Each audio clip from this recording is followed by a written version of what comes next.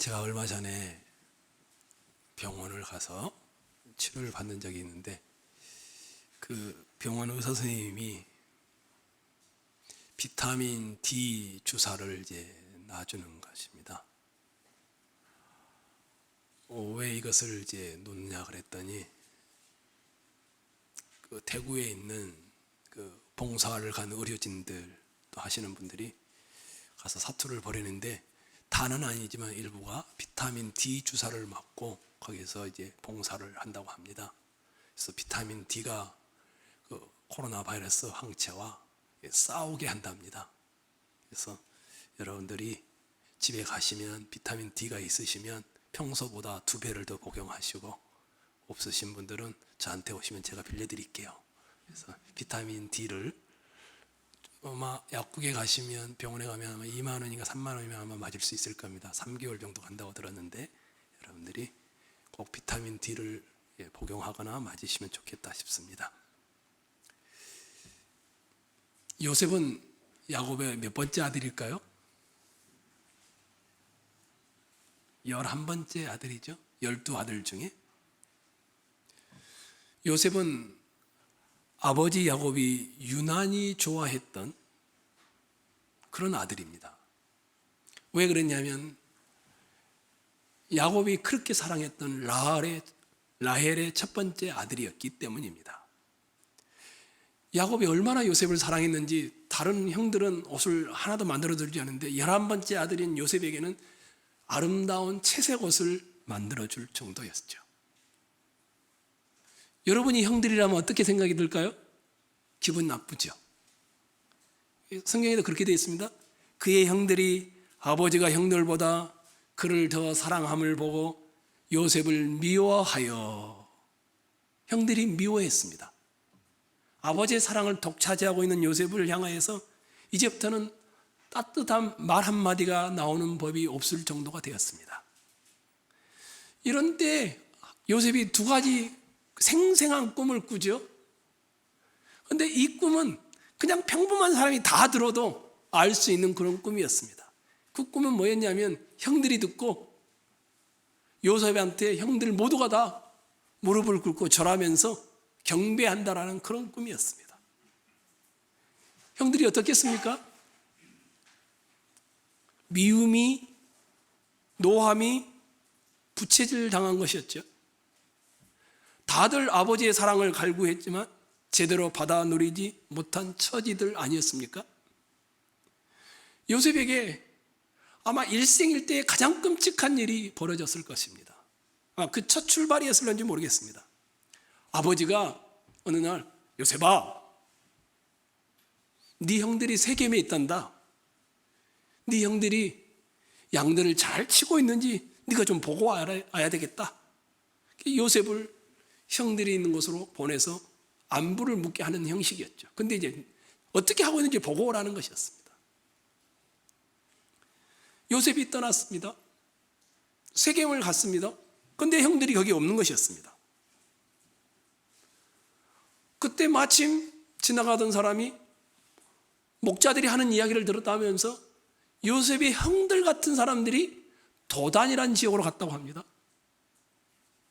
도단은 굉장히 외진 지역입니다.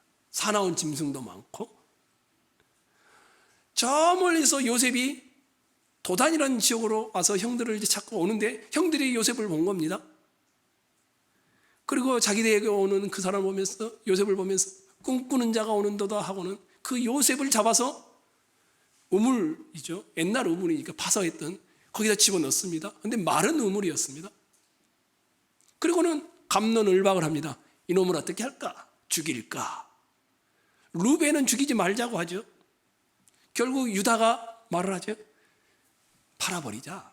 저 미디안 상인들이 오니까 팔아버리면, 노예로 버려버리면, 그리고 아버지한테는 짐승에게 찢겨주겠다고 하자. 그렇게 해서 요셉이 애굽의 노예로 팔려갑니다.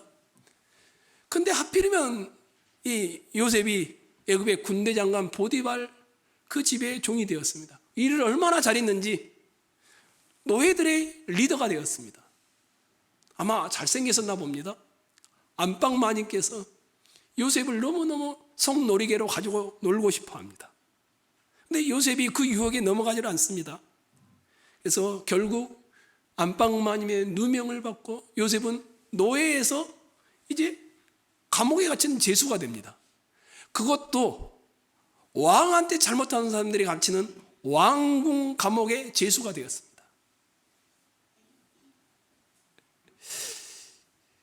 요셉 이야기를 다루는 창세기 37장부터 50장에서는 요셉이 어떻게 영적 생활을 했을까 뭐 이런 이야기를 별로 다루지 않습니다. 근데 짐작해 볼 수는 있습니다. 형들이 요셉을 마른 우물에 넣었을 때 형들이 기억하면서 이럽니다. 요셉이 그때 얼마나 우리에게 애원했었느냐, 살려달라고. 요셉은 아브라함과 이삭과 야곱의 하나님을 부르짖으면서 왜 나에게 이런 일이 일어났는지 제발 건져달라고, 구해달라고 기도했을 것입니다.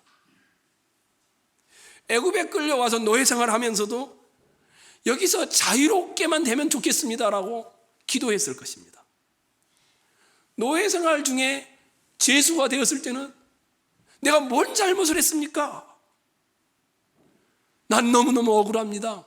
종살이만큼은 이 죄수가 되어서 평생 여기서 죽어야 한다는 것은 말도 안 됩니다. 이렇게 기도했을 것입니다. 제가 그냥 짐작하는 것이 아니라 시편 105편에 보면 이런 말이 나옵니다. 요셉의 인생을 다루면서 이렇게 말합니다. 그의 발은 착고를 차고 그의 영혼은 쇠사슬에 매였으니 곧 여호와의 말씀이 응할 때까지라. 그의 말씀이 그를 단련하였도다. 그의 몸은 감옥에 갇혀 있고 그의 영혼은 사경을 헤매고 있다. 이런 표현입니다. 몸뿐만 아니라 하나님을 향하여 얼마나 부르짖었는지 그 영혼도 혼미하다. 이런 상태였습니다. 그런데 전환점이 다가왔습니다. 옥살이라던 요셉 옆에 바로의 궁에서 장관, 술장관으로 일했던 사람이 들어온 것이었습니다. 그 술장관의 꿈을 해석해주고 그 술장관은 다시 바로의 신하로 회복되었습니다. 물론 잊어먹었죠. 2년 동안이나. 그런데 2년 정도가 지났을 때 바로가 꿈을 꿨는데 그 나라의 석학들이 아무도 해석을 못하는 겁니다. 그때 이 술장관이 바로에게 요셉을 추천했고 요셉이 바로에게 가서 꿈을 해석해주고 7년 환란이 있을 것인데 어떻게 대비해야 될지를 말해줍니다. 바로는 이 요셉을 보면서 지혜로움을 알았고 그에게 영의 함께함을 알고는 요셉을 애굽의 총리로 삼죠. 그리고 7년 환란을 준비하도록 했습니다. 얼마 가만의 시간이 지났습니다. 전체 세월은 17년 정도가 지났습니다. 가나안 땅에서 이곳저곳에서 곡식이 떨어지니까 애굽으로 곡식을 구하기 위해서 옵니다. 요셉의 형들이 왔습니다. 근데 이미 요셉은 훌쩍 커버렸죠. 알 길이 없죠. 게다가 귀족을 하고 있으니 풍채도 다르죠. 알아볼 길이 없습니다. 근데 요셉은 자기 형들이 온 것을 알아차렸습니다. 그 형들에게 자기의 감정을 숨기고는 여러 가지 시험을 합니다. 그 시험의 내용들은 어떻게 저들이 바뀌어야 되는데 어떤 행동을 하는지를 보기 위해서였죠. 결정적인 시험은 베냐민이라는 자기 친동생을 데려오라는 것이었습니다. 그때 가룟 유다가 유다가 말하죠. 만약에 베냐민이 내려오면 아버지가 죽습니다. 그래서 베냐민 대신에 내가 죄수가 되고 내가 죽겠습니다. 이제 그런 가운데 요셉이 정을 억제하지 못하고는 지금 45장에 나오는 이야기가 시작되는 겁니다. 거기 있던 애굽의 종들이 있죠. 다 물러가라고 합니다. 애굽 말을 쓰는 사람 다 물러갑니다. 그러고는 요셉이 말을 하는 것이죠. 나는 요셉이라. 깜짝 놀랍니다. 애굽 말로 한 게 아니라 히브리 말로 한 것입니다. 아니 요셉, 나는 당신들의 아우 요셉이니 당신들이 애굽의 판자라. 당신들이 나를 이곳에 팔았다고 해서 근심하지 마소서, 한탄하지 마소서. 하나님이 생명을 구원하시려고 나를 당신들보다 먼저 보내셨나이다. 그러고 나서 요셉은 그 형들을 받아주고 곡식을 주고 아버지와 모든 가족들이 내려와서 애굽에서 일생을 살게 되고 요셉이 그들을 돌보는 일을 함으로 맞춰지는 내용입니다. 이 요셉, 그 인생을 통하여서 고난과 보이지 않는 손길에 대하여 잠시 이야기를 하려고 합니다. 여러분, 마른 우물에 던져졌을 때 요셉이 형들에게 형님들 제발 살려주세요 라고 했을 뿐만 아니라 요셉이 기도했습니다. 그런데 하나님이 응답하지 않았습니다. 침묵했습니다. 하나님이 요셉의 소리를 듣지 못한 것이었을까요? 억울하게 안방마님의 누명을 쓰고 죄수가 되어 감옥에 갇혔습니다. 얼마나 억울했으면 영원히 사경을 헤맬 정도로 하나님께 부르짖었습니다. 하나님이 그 현장에 계시지 않았던 것일까요? 침묵했습니다. 자유인만 되게 해달라고 노예가 되었을 때 하나님께 기도했을 것입니다. 근데 하나님은 침묵했습니다. 그러면 하나님은 그 자리에 계시지 않았던 것일까요? 그렇지 않습니다. 하나님은 그 자리에 계셨고 요셉을 위해 일하고 계셨고 겉으로 드러나지 않았을 뿐 하나님은 요셉의 인생을 다스리고 있었습니다. 요셉이 애굽에 내려가 종살이가 되는 데까지 그리고 그 이후의 삶까지 온갖 우리식으로 표현하면 우연이라는 것들이 다 작용합니다. 야곱이 요셉을 시켜 나머지 형들이 뭐하고 있는가 살펴보도록 세겜에 보내야 되는 생각이 떠올리고 있습니다. 그리고 만약에 자식들이 세겜이 아니라 도단에 있었으면 요셉을 보내지 않았을 것입니다. 근데 세겜에 있으니까 안전한 곳이니까 내가 가서 확인하고 와라 라고 보낸 것입니다. 우연입니까? 그 정도가 아니죠. 요셉이 딱 세겜에 갔는데 하필이면 그때 지나가던 낯선 남자를 만납니다. 우연입니까? 이 지나가는 낯선 남자가 하필이면 목자들 사이에 이야기하는 것을 지나가면서 들었습니다. 그리고 요셉에게 말해준 겁니다. 우연입니까? 만약 요셉이 그 낯선 남자를 만나지 못했더라면 애굽으로 끌려가는 일도 벌어지지 않았을 것입니다. 그 낯선 남자가 목자들이 하는 이야기를 듣지 않았더라면 요셉은 도단으로 가지 않아도 됐을 겁니다. 형제들이 요셉을 송공조로 처리해내고 짐승에게 잡아먹혔다고 아버지에 설명할 때도 도단이란 지역 때문에 그런 설명이 가능했습니다. 얼마든지 얼렁뚱땅 넘어갈 수 있는 지역이었습니다. 루벤이 동생 절대 죽이면 안 돼? 그런데 하필이면 그때 일이 있어서 잠시 출타를 했습니다. 루벤이 갔던 것도 우연이며 짐승한테 먹혀 잡힐 만한 도단 지역도 우연이며 다 우연처럼 보이는 일의 연속이었습니다. 그뿐만이 아니죠. 요셉을 바로의 궁전으로 보낸 뒤 다른 우연들이 또 도사리고 있었습니다. 하필이면 요셉을 보고 한눈에 바라본 이 안방마님이 억울한 누명을 씌우지만 않았더라면 요셉은 죄수가 되어 감옥에 갇히지 않았을 것입니다. 노예 리더로서 그냥 먹고 사는 데는 부족함이 없었을 것입니다. 바로가 술잔을 따라주는 술장관을 노여워하지만 않았다면 술장관이 감옥에 오지도 않았을 것입니다. 그렇다면 요셉과 만나는 일도 일어나지 않았을 것입니다. 이 요셉의 이야기를 보면 대체 다 우연 다 우연들의 연속입니다. 사소한 사건들 하나하나가 그것도 대부분은 다 불행하고 끔찍한 일들입니다.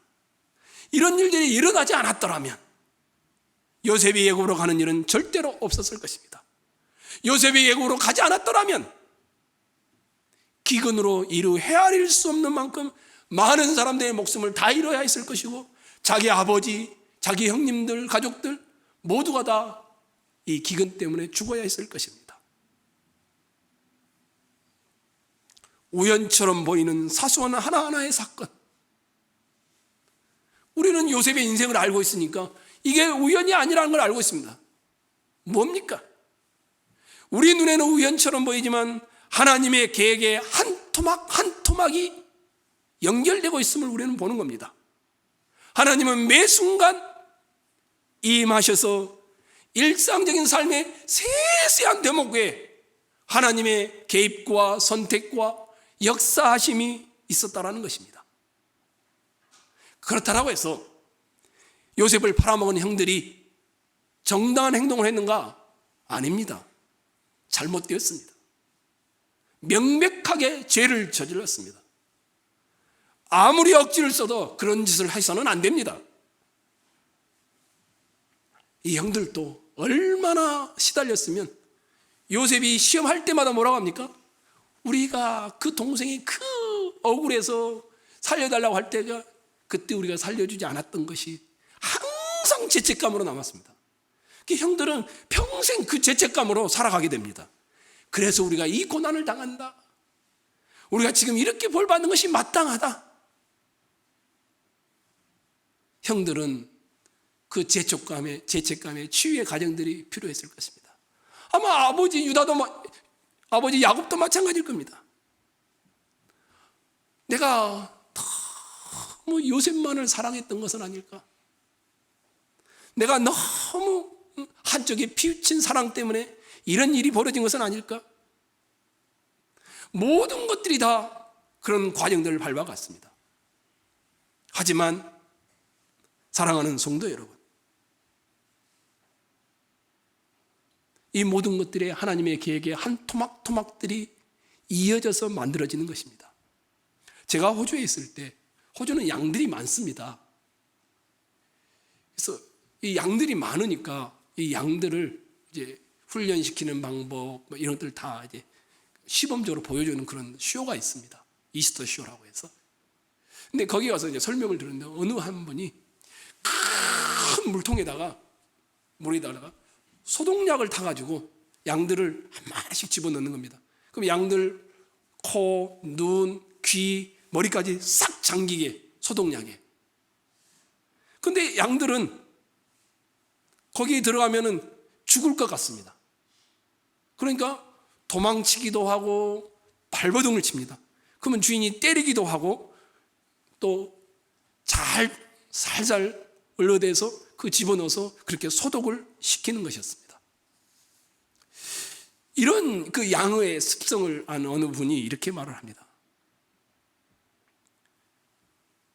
내가 믿고 의지하는 목자이신 분이 왜 나에게 이런 시련을 주는지 도저히 내가 까닭을 알 수가 없었다. 게다가 하나님 그분의 속내를 짐작할 만한 어떤 힌트도 나에게 준 적이 없다. 게으러워 아우성치는 양들을 지켜보면서 나는 생각한다. 저 녀석들한테 설명해 줄 길이 있다면 얼마나 좋을까? 저렇게 해야 너희들이 병에 걸리지 않고 건강하게 산다는 걸. 하지만 그 깨달음을 쟤들한테 설명하기는 너무 깊고 통할 수 있는 방법이 없구나. 이렇게 어느 분이 이야기를 했습니다. 우리에게도 마찬가지입니다. 아주 우리를 사랑하는 헌신적인 목자이신 분이 계십니다. 근데 우리에게 종종 정말 만나고 싶지 않은 겁나는 일, 당시에는 이해할 수 없는 일, 제발 이런 것만은 피했으면 하는 일들이 벌어집니다. 근데 우리는 그때마다 부르짖는데 하나님이 응답하지 않습니다. 그러면 우리는 어떻게 합니까? 사랑하는 형제 자매 여러분, 하나님이 듣지 않으실까요? 하나님이 침묵하시니까 나 몰라라고 계실까요? 아닙니다. 인생의 최대의 실수는 우연처럼 보이는 삶의 모든 과정에서 하나님을 보지 못하는 데서 저질러집니다. 이것이 가장 비극적인 사람입니다. 한 번밖에 살지 못하는 인생인데 실수로 끝나는 이유는 우리가 그 인생에서 보아야 할 분을 보지 못하는 겁니다. 여기 계신 여러분, 보이지 않는 하나님의 손길이 저는 지금도 일하고 계시다고 믿습니다. 보이지 않는 하나님의 손길이 코로나19를 통하여서도 여러분 각자에게, 나에게, 이 공동체에게, 이 나라 이 민족에게, 교회에게 말을 하고 있습니다. 130년 선교 역사에 일제 압박과 공산당의 핍박 외에 한 번도 예배를 쉬어본 적이 없는데 주일날 예배를 못 드립니다. 그런 교회가 너무 많습니다. 우리는 하나님이 왜 우리에게 이런 일을 하고 있을까? 각자가 돌아보아야 합니다. 왜 하나님은 신천지를 통하여 이렇게 확산을 시키며 우리에게 이런 징조를 보여주고 계실까? 사람과 사람, 사람의 실수와 우연히 만난 것 같지만 우리는 그 중에서 하나님이 나에게 뭘 보여주시길 원하는지 그 시각을 가져야 합니다. 그럴 때 우리에게는 이 사태가 하나님이 양떼들을 소독약 속에 집어넣어서 그들을 소독시킴으로 건강케 하듯이 우리를 그렇게 인도해 가는 길이 될 줄로 믿습니다. 요셉은 거의 20년 가까운 세월 동안 기도했습니다. 제가 왜 이렇게 말을 하는가 하면 나중에 바로가 요셉을 부르죠, 궁으로. 그때 요셉이 어떻게 합니까? 가기 전에 무릎을 꿇고 하나님, 바로의 꿈을 해석할 수 있도록 나에게 지혜를 주십시오. 알려주십시오. 이렇게 기도하는 장면이 나옵니다. 그런데 요셉이 20년 동안 하나님께 부르짖었는데 만약에 포기했더라면 요셉은 모든 걸 다 잃었을 것입니다. 우리는 요셉이 포기하지 않았음을 이 기도하는 장면에서 우리가 확인하게 됩니다. 지하 감옥에서 꿈을 해석할 수 있게 도와달라고 기도하는 그 요셉의 장면은 그가 평생 그렇게 살아왔음을 보여주는 것입니다. 오랜 동안 기도에 응답받지 못했음에도 불구하고 하나님이 일하시지 않는 것 같고 듣지 않는 것 같고 침묵하는 것 같음에도 불구하고 왜 하나님이 살아계시다면 나를 마른 우물에 노예로 죄수로 넣는지 그 고통의 세월을 20년 가까이 보내면서도 요셉은 하나님과 기도하는 일을, 관계하는 일을 놓지 않았습니다. 우리도 그래야 합니다. 요셉의 기도를 하나님은 놓치지 않고 다 듣고 계셨고 꾸준히 응답하셨습니다. 근데 요셉이 정하는 시기와 요셉이 원하는 방식과 요셉이 정한 대로가 아니라 하나님께서 더 큰 계획을 가지고 그에게 다가가셨습니다. 요셉은 응답하지 않을 때 하나님께 등을 돌리기는커녕 하나님과 더 한 점 이지러짐이 없이 관계를 계속 이어갔습니다. 여기 계신 여러분과 저도 포기하고 싶을 때가 얼마나 많습니까? 하나님이 침묵하는 것 같아 더 이상 하고 싶지 않을 때가 얼마나 많습니까? 근데 포기하지 않아야 합니다. 결국 요셉은 하나님이 세우시는 계획의 전모를 보았습니다. 모든 일에 악의가 들어맞아갔으며 지난 날을 돌아보며 하나님의 줄곧 역사였다라고 고백하고 있습니다. 이렇게 말합니다. 당신들이 나를 이곳에 팔았다고 해서 근심하지 마소서, 한탄하지 마소서. 하나님이 생명을 구원하시려고 나를 당신들보다 먼저 보내셨나이다.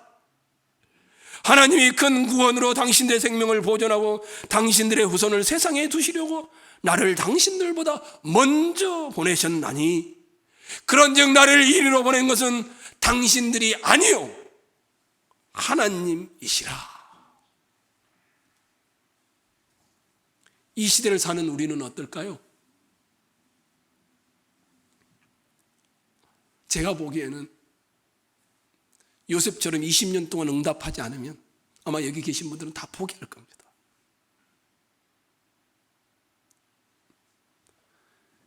도단에서 그렇게 형들에게 우물에 들어갔다가 팔리는 그 사건을 보면서 제가 이런 생각을 해봤습니다. 또 다른 도단이 하나 또 나옵니다. 요셉 당시의 도단은 외진 곳이었습니다. 위험한 사나운 짐승들이 많아. 그런데 세월이 흘러가서 열왕기 하에 가면 6장에 가면 엘리사가 살았던 성이 도단성입니다. 근데 그 엘리사는 얼마나 신통했는지 아람 군대가 어디로 쳐들어질지 다 알아버린 겁니다. 그래서 아람 군대가 이것을 알고는 엘리사 살고 있는 성을 다 둘러싸 버렸습니다. 아람 군대로.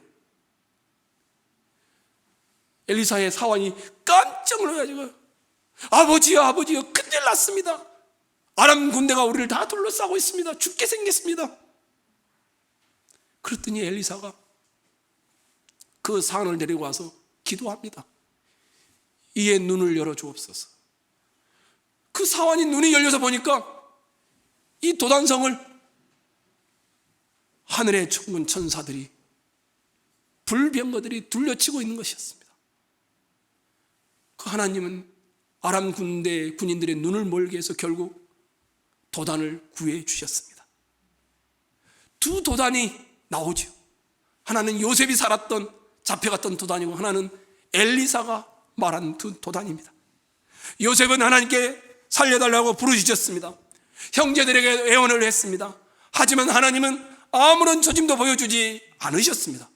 그러나 엘리사가 두 번째 도단에서는 구원을 호소하사 엘리사의 기도에 즉각 응답하시고는 불병거와 천사들로 도단성을 다 둘러놓았습니다.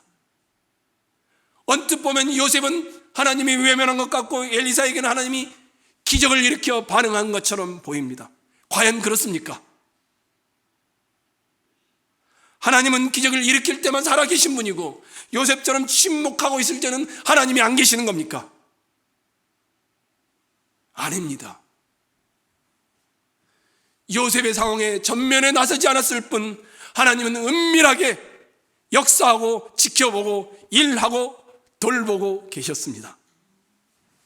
도단이라는 한 점에서 하나님의 역사하는 방식이 달랐을 뿐입니다. 요셉이 헛되이 부르짖었던 바로 그 자리에 또한 엘리사가 원성을 둘러싸고 있는 하나님의 병거를 두 눈으로 똑똑히 보기도 했던 것입니다. 엘리사에게 재빨리 응답할 때와 마찬가지로 요셉에게 느리게 반응할 때에도 하나님은 한결같이 임하시고 역사하셨습니다. 엘리사의 기도에 요란하게 응답하실 때와 마찬가지로 마른 우물에 그 어린 소년의 탄식의 기도에 침묵할 때도 하나님은 일하고 계셨습니다. 우리가 구하는 방식 그대로 하나님이 답하시지 않으면 하나님이 안 계시는 것처럼 느끼고 포기하는 것이 우리일 뿐입니다. 성도 여러분, 무슨 일이 있어도 하나님을 의지해야 합니다. 야곱이 세상을 떠나자 형들이 어떻게 합니까? 혹시라도 요셉이 아직도 마음의 깊숙한 곳에 원한이 남아있어서 복수에 나서지 않을까 염려하죠. 요셉은 형들을 모아놓고는 말을 합니다. 두려워하지 마소서. 내가 하나님을 대신하리까. 당신들은 나를 해하려 하였으나 하나님은 그것을 선으로 바꾸사 오늘과 같이 많은 백성의 생명을 구원하게 하시려 하셨나니 당신들은 두려워하지 마소서. 내가 당신들과 당신의 자녀를 기리리다. 요셉이 간곡한 말로 형들을 위로하였더라. 요셉은 자기를 노예로 돈을 받고 팔아버린 형들을 어떻게 했다고요? 간곡한 말로 위로. 요셉은 눈앞에 벌어지는 그 모든 일을 이면에 하나님의 선하심과 사랑이 숨어 있음을 본 것입니다. 그러니 위로가 나오는 것입니다. 형들의 소행이 잘못되었고 형들의 소행은 악했지만 하나님은 그것을 어떻게 했다고요? 선으로 바꾸사 오늘날과 같이 하셨다라고 말합니다. 하나님을 사랑하는 자고 그의 뜻대로 부르심을 입은 자들에게는 모든 것이 억울한 것도 우연인 것도 나에게 불행한 일조차도 모든 것이 합력하여 선을 이루느니라. 바울이 로마서 8장에 이 말만 하고 끝냈으면 좋을 뻔했는데 끝내지 않습니다. 얼마나 흥분을 했는지 이 바울이 로마서 8장 마지막에 가면 이렇게 말합니다. 어떤 피조물도 우리를 우리 주 그리스도 예수 안에 있는 하나님의 사랑에서 끊을 수 없으리라. 그러면서 이렇게 말합니다. 천국에 있는 천사들도 지옥에 있는 악한 영들도 우리가 하나님과 맺어진 이 사랑에서 결코 끊어놓을 수 없다. 아무것도 내면에 솟아지는 악의 권세도 밖에 버티고 서던 악의 권세들도 하나님의 사랑에서 하나님의 백성을 결코 끊어놓을 수 없다. 한번 그리스도를 통해 우리를 하나님께 드리면 영원히 그분은 우리의 아버지가 되시고 우리는 그분의 자녀가 됩니다. 이 사실은 기억코 박혀지지 않습니다. 삶에 일어나는 일, 왜 나에게 이런 일이 일어날까? 고통스러울 때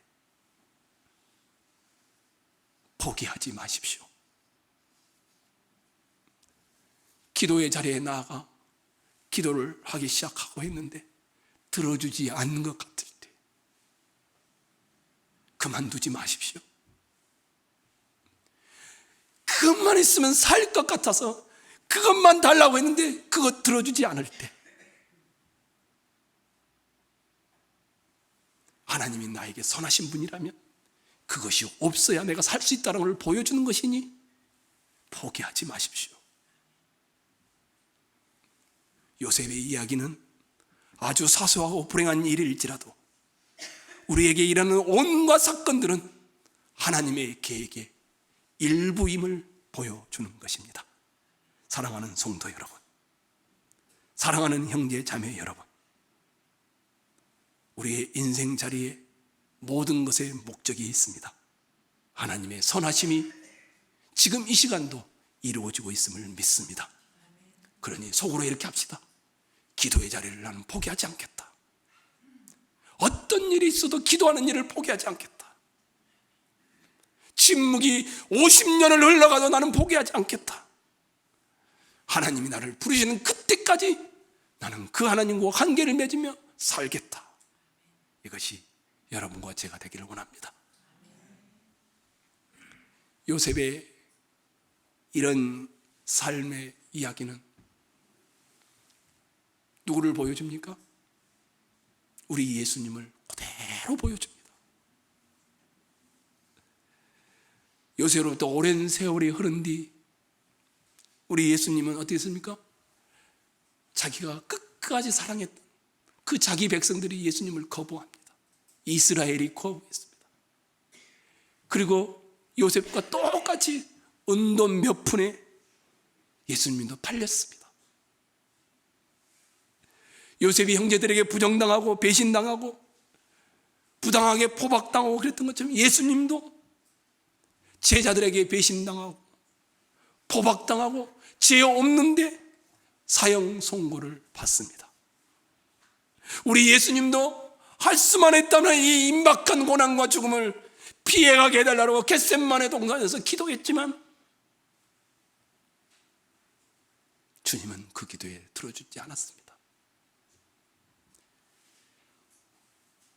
예수님도 요셉처럼 형들을 통하여 이루어진 일이었지만 하나님이 하셨다고 했듯이 가룟 유다를 통하여 배신의 잔을 마시게 되었지만 아버지께서 주시는 잔으로 여기고 마셨습니다. 요한복음 18장에 아버지께서 주신 잔이라 이렇게 말합니다. 고난은 하나님의 선하신 계획의 일부입니다. 예수님은 빌라도에게 정확하게 말합니다. 위에서 주지 아니하셨더라면 나를 해할 고난이 내게 없었으려니. 하늘 아버지께 그리고 나서 고백합니다. 주의 뜻이 이루어지기를 원하나이다. 주님은 대적들을 위해 돌아가시며 죽음을 통해 원수들을 용서하십니다. 그 이면의 사랑으로 구원하시는 아버지의 뜻이 숨어 있음을 아셨기 때문이었습니다. 대적들은 악한 의도로 주님을 죽였지만 하나님은 그 의도를 뒤엎어서 허다한 생명을, 심지어 주님을 죽이기까지 했던 자들을 용서하는 도구로 삼습니다. 이제 부활하신 예수님은 하나님의 우편에 앉아 우리를 굽어보시고 보호하시며 거룩한 자녀들을 위해 역사하고 다스리십니다. 여러분이 예수님의 제자라고 한번 상상을 해보십시오. 여러분이 주님이 병을 고칠 때 옆에서 보았습니다. 주님이 말씀을 가르칠 때 들었습니다. 주님이 기적을 행할 때 우와, 여러분이 경험을 했습니다. 그 주님이 예루살렘에 올라가 드디어 왕이 된다고 하니 마음이 얼마나 들뜨겠습니까? 이제 우리나라는 이제 회복되는구나. 이제 우리나라는 황금기의 제2의 다윗 시대가 오겠구나. 그런데 예수님이 십자가에 돌아가신 장면에 여러분이 서 있게 됩니다. 그 많던 확고한 신앙고백을 했던 사람들이 다 도망가 버렸습니다. 몇몇 여인들만 그 발치에 있습니다. 여러분들이 그 앞에 섰습니다. 근데 사람들이 여러분들에게 말을 합니다. 이야, 하나님 너무하다. 나 하나님한테 너무 질렸다. 저렇게 선한 사람을 어떻게 죄도 없이 십자가에 죽게 하지? 난 저분처럼 선한 사람을 본 적이 없는데 왜 죄 없이 죽는 거야? 하나님이 살아계시면 이럴 수가 있는 거야? 도대체 모르겠어. 여러분이 제자인데 이런 소리가 옆에서 들려옵니다. 그러면 어떻게 말하시겠습니까? 나도 그래. 이건 하나님이 살아계신 게 아니야. 아마 맞장구 치면서 같이 하지 않겠습니까? 하지만 예수님은 이 십자가의 이 억울함이 하나님의 정의와 하나님의 무한한 사랑을 동시에 포함하고 있음을 아셨습니다.